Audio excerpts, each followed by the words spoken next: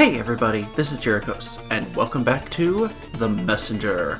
Last time we made our way through the Riviere Turquoise, and we saved the butterfly matriarch. As thanks, she gave us a little butterfly to, well, help out and potentially break the curse. Now you notice I'm back at the start of this area because I completely forgot, and I found out when I checked the recording, that I missed one particular room right at the beginning.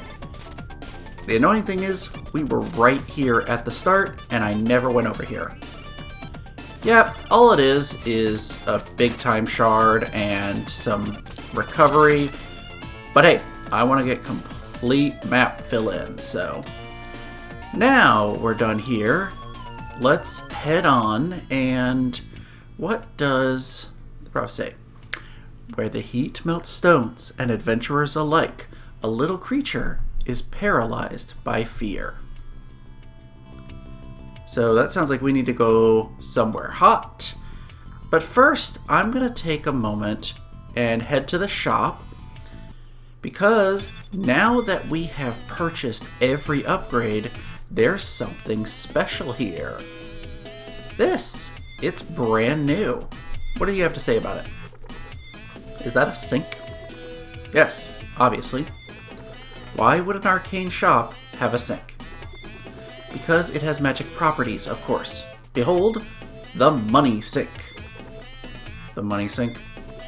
Yeah, I don't know. People kept complaining about how there weren't any ways to spend time shards once you had all the upgrades, and that we needed to fix this with a money sink. So we quite literally did that. Okay, how does it work? At the moment, it doesn't. Adventurers threw too many time shards into the drain, and it is now clogged. Is there any way to unclog it? Not really. Well, maybe if you had a money wrench. A money wrench. How can I find one? By looking for it. Yeah, so he just tells you there's a money wrench, but doesn't tell you what to search for. Oh, also, I realized something else. I was confused because I couldn't access the jukebox when we go to the pause menu here. You can't do it in the Tower of Time, but anywhere else, and you'll be able to access the jukebox from the pause menu. However, if we wander over here, we now get an interaction here with this, well, there's a set of tools. Oh, are you interested in my tools? I can show you my collection if you want. Maybe some other time. Do you happen to have a money wrench? Of course, it's my favorite tool. Can I borrow it? Oh, I don't know about that. I really like having it here. Come on. It's the only way to unclog the money sink. The money sink? I thought it had been destroyed during the raid. Could he be alive? 864 time shards and we have a deal. It's my favorite tool. I won't negotiate. Do you want to buy my money wrench for 864 time shards? So he will ask for whatever your total amount of time shards is. You could have 1 time shard, you could have 1,000, and he will ask for all of them. It really is a money sink. So yeah, let's go ahead and buy it. Okay, there you go. You get the money wrench. Time to do some plumbing work. So we now have the money wrench, and let's go back to the sink. The money wrench magically unclogs the sink and disintegrates in the process. Wow. Well, that was underwhelming. Yeah, I've seen my fair share of cheaply implemented optional item usage payoffs, but this one takes the cake. I know, the wrench didn't even appear in the inventory. Irredeemable. So, what was the point of unclogging the sink? To waste more time shards, of course. No need to say hi for me. And if you're playing on the Steam version, you get the Sunk Cost achievement for unclogging the money sink. Yeah, this was actually added in a patch and it's part of the DLC achievements. So it's not a core achievement there. But you said say hi to him. Well, let's find out what he means. Yeah, we shrink and go through the pipes, because that makes sense. But hey, we found another blue robe. A big one. Ha ha! Why, hello there. Who are you? I thought there were only 3 blue robes left. My, is it really down to just 3? Sounds like hiding in here was a good call. Anyway, welcome, adventurer, to the Craftsman's Corner. Ha-ha! I am Iron Hood, entrepreneur extraordinaire. Ha-ha! Iron Hood? I think I've heard of you.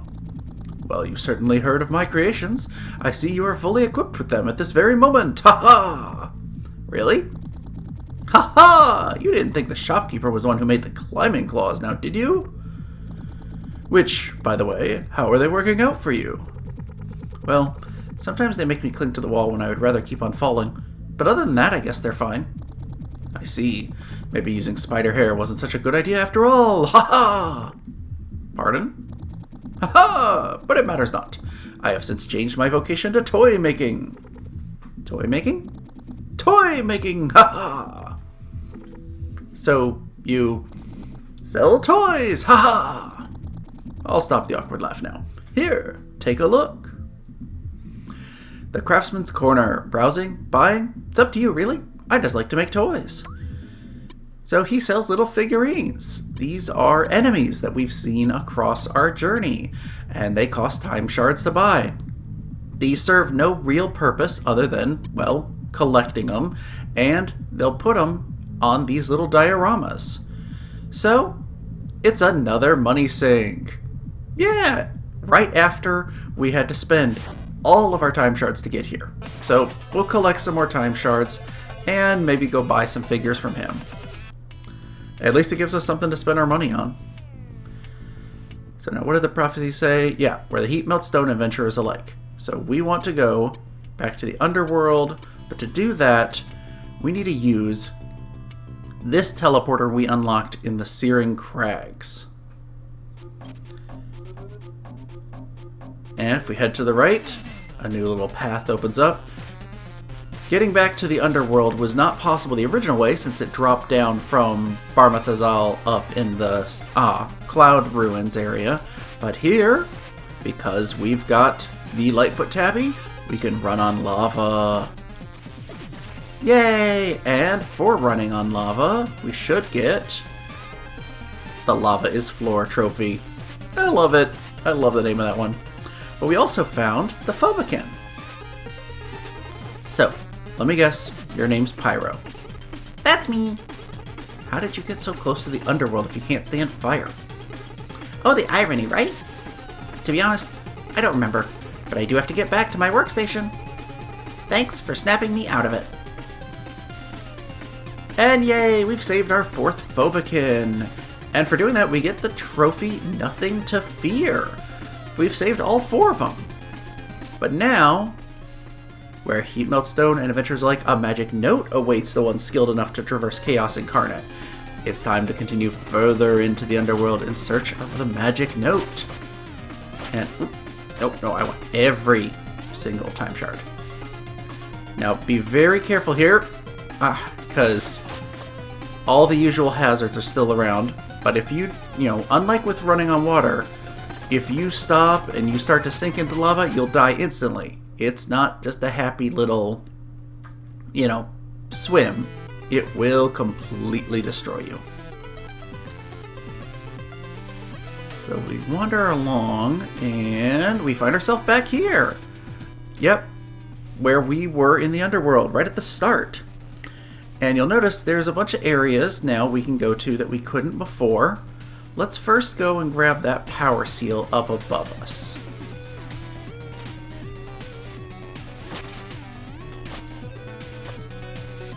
Oop, nope, not gonna worry about you. Lava's rising again.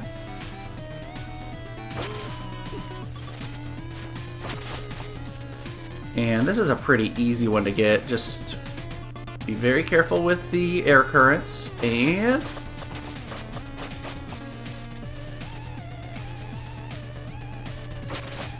easy as possible.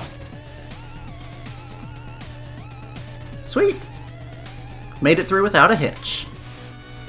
And I'm pretty sure this should give us a healing spot as soon as we get up here. Yep. Nice with consistency there. Now, as we journey on, a lot of this will look very familiar, though it's cool because, again, much like the Cloudy Ruins, we are now experiencing this in the 8-bit for the first time. So I'll be quiet and let you listen to some of the music.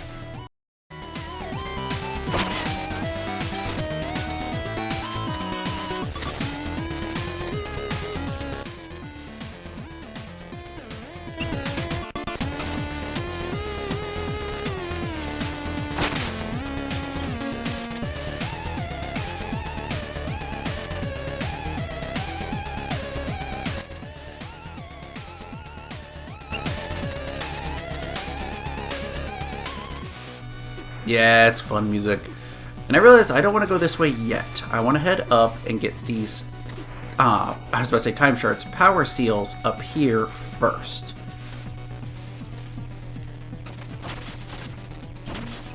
Because the way down there is going to progress quite a bit onward, more than we want to go. Nope, I want to wait for this.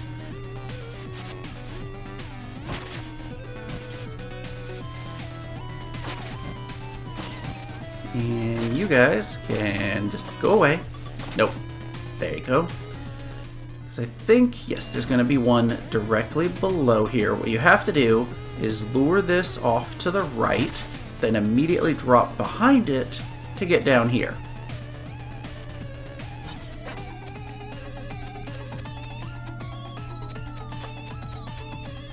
Whew, I almost botched that. But, thankfully, we didn't. We made it through.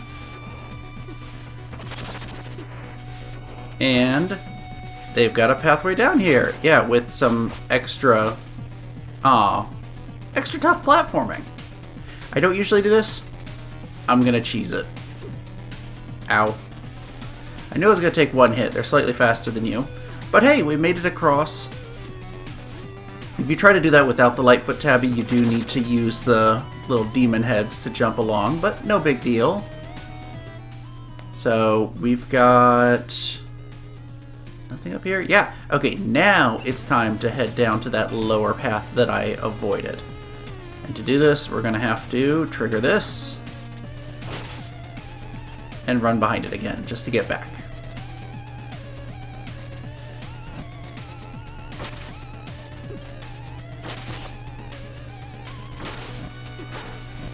Well, that was a waste of a shuriken. Oh well.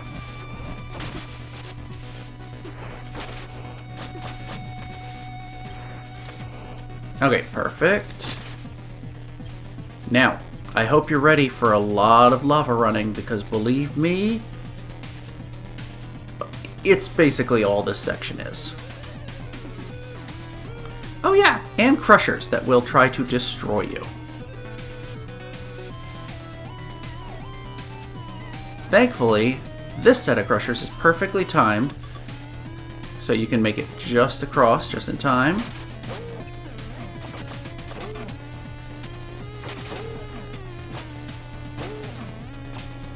You can always tell I'm really focused on a spot when I stop commentating.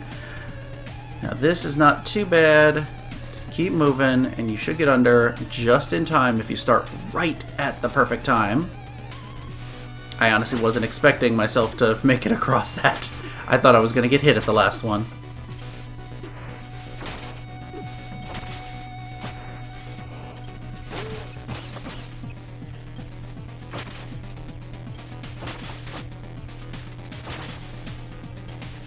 Now here, this is not lava to run on. This is actually a pit. It's only aesthetic looking. If you drop down below, it's an instant death pit. Thankfully, it's really not too bad. Just keep running. Be prepared for a few little jumpers, a few little fireball enemies. Prepared to take a hit or two. And we made it all the way across to the music node.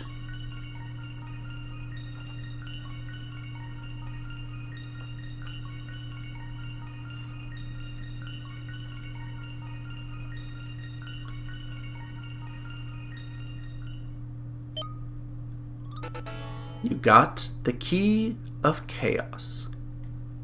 Nature's attempt to contain the underworld's endless mayhem, it is one of the notes needed to create a melody that will break the curse. Which I totally, speaking of the music notes, I don't think I ever realized before until I checked while I was doing this LP, but the jukebox option, like the jukebox itself, doesn't appear until you have 4 music notes. That's when he replaces the cabinet with that. Anyway, we've reached all the way to the end of this area. What does this say? Through the healing hand of nature, a fallen messenger shall be redeemed. Well, I can only think of one messenger we've been told about who has fallen. Oh, this is active now.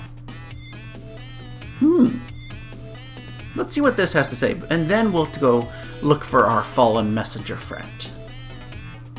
Blurry visions are forcing themselves into focus.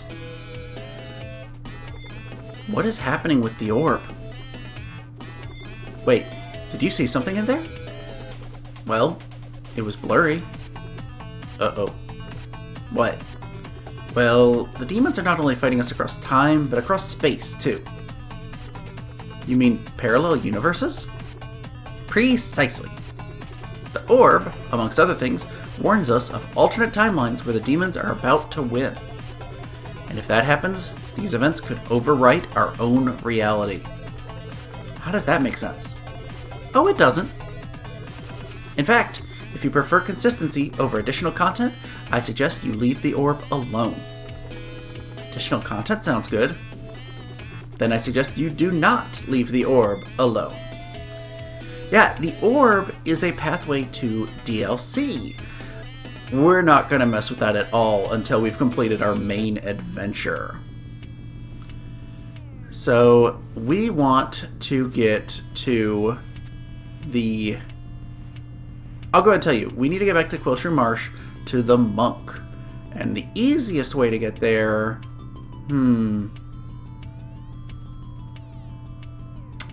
It's going to be the Helen Grotto. I was debating between going Searing Crags and going backwards, or Helen Grotto going forward. I want to do the Helen Grotto.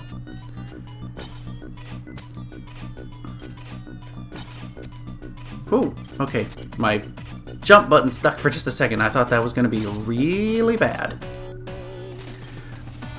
Anyway, now we need to go through the Helen Grotto all the way forward to the Quilt Marsh.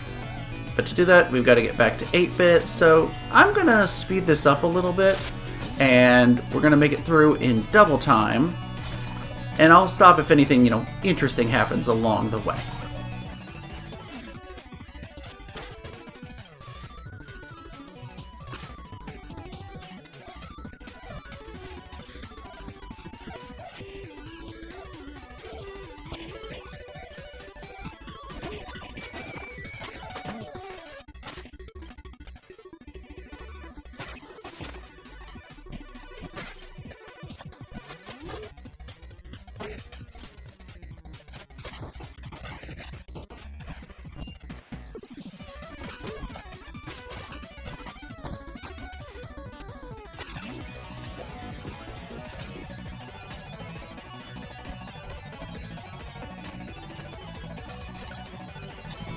Okay, so fun fact, the time shards big time shards take so many hits to break. Your improved slash that does 3 times damage, it does actually help with that. It makes them break apart a little faster. But don't worry about it perhaps cheating you out of some shards. You still get the same full 65 shards from it. So just an interesting fact, because it's based on how much damage you do to it, not how many hits you do to it. And I love the wizard just fell to the bottomless pit. Anyway, now we're going to resume our speedy journey through the Howling Caverns.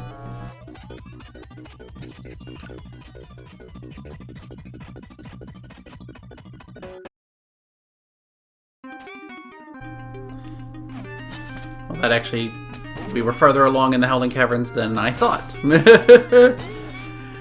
So we keep going onward, and now we're just basically going to go through the Quilt Marsh all the way to the end. Ooh, almost got hit there. I guess I could have taken that other path. I probably should have taken that other path as a shortcut to the whatever you call it, shortcut to the monk. But we'll be fine. Once again, double speed and make our way through the area.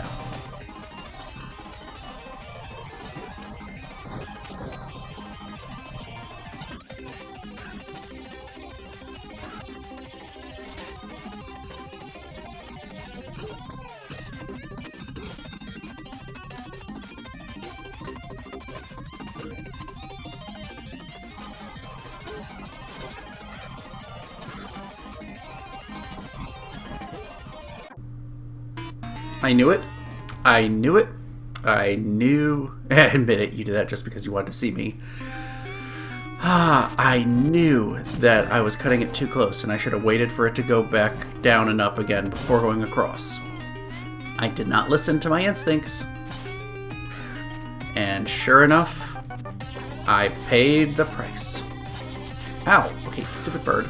The price being a bunch of time shards to Quarball because I was impatient. Okay, there. Thankfully, he's done. Man, I will never get tired of the fun music in this area with, all the shrooms singing during the chorus part.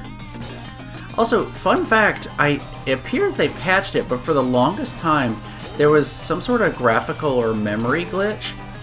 If you had your super melee attack built up and you did the rope dart attack on one of those plants that rise up out of the ground, the vertical plants, it would actually slow down and chug the game as you attacked. It was kind of a fun little glitch, but it seems they've fixed that. And for all I know, maybe that was only on the PS4 version. I really can't remember if I ever saw it on Steam back in the day, but kind of neat that they identified that and fixed it. I'm not really sure what was causing it, but okay, no, stay up top. I want to be back in the 8-bit since we're visiting our friend the monk.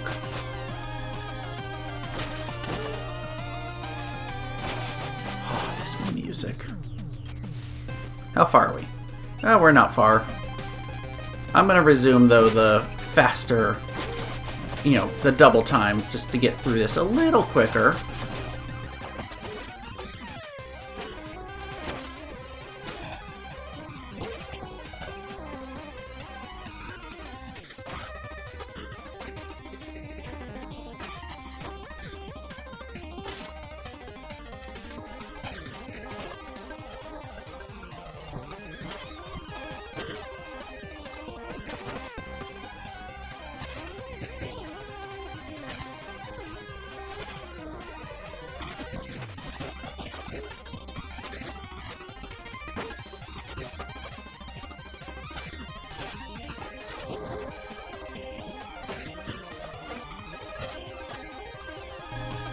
And we've made it. We're here at the monk's area. Let's go talk to her now that we've got this firefly. Hey, this is the monk who brought the butterfly matriarch to restore the grove centuries ago. Looks like she's been corrupted. Let me help her out.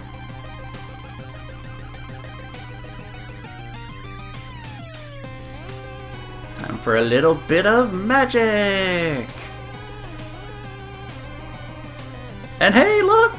She's back to human. Huh? What happened? The primal fear, it... Take a deep breath, dear monk. It seems you fell to the curse of quills. What are you doing here? Is the butterfly matriarch all right? All is well. You can relax. How long has it been? And this marsh? What have I done? I need to go see the prophet.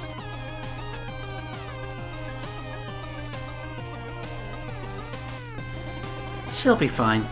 There's never been a stronger messenger. Hey, excuse me. But yeah, we fixed her curse, so she's back to human again. And now it says, Where the wind chills the bones, a brave monk has a simple but important final role to play. So I think next time we're going to figure out what this final role is. But yeah, let's switch to the new music. We have done quite a bit this episode. We managed to unclog the money sink and find the craftsman corner, which I figure we'll go take a look and see what interesting things we can buy there at the start of next episode. We also managed to find another music note, save all the Phobekins, and cure the monk. This has been a busy episode. Next time, as it said, we're going where the wind chills the bones. If you've enjoyed this episode, make sure to click like and hit that subscribe button, and I will see you guys next time.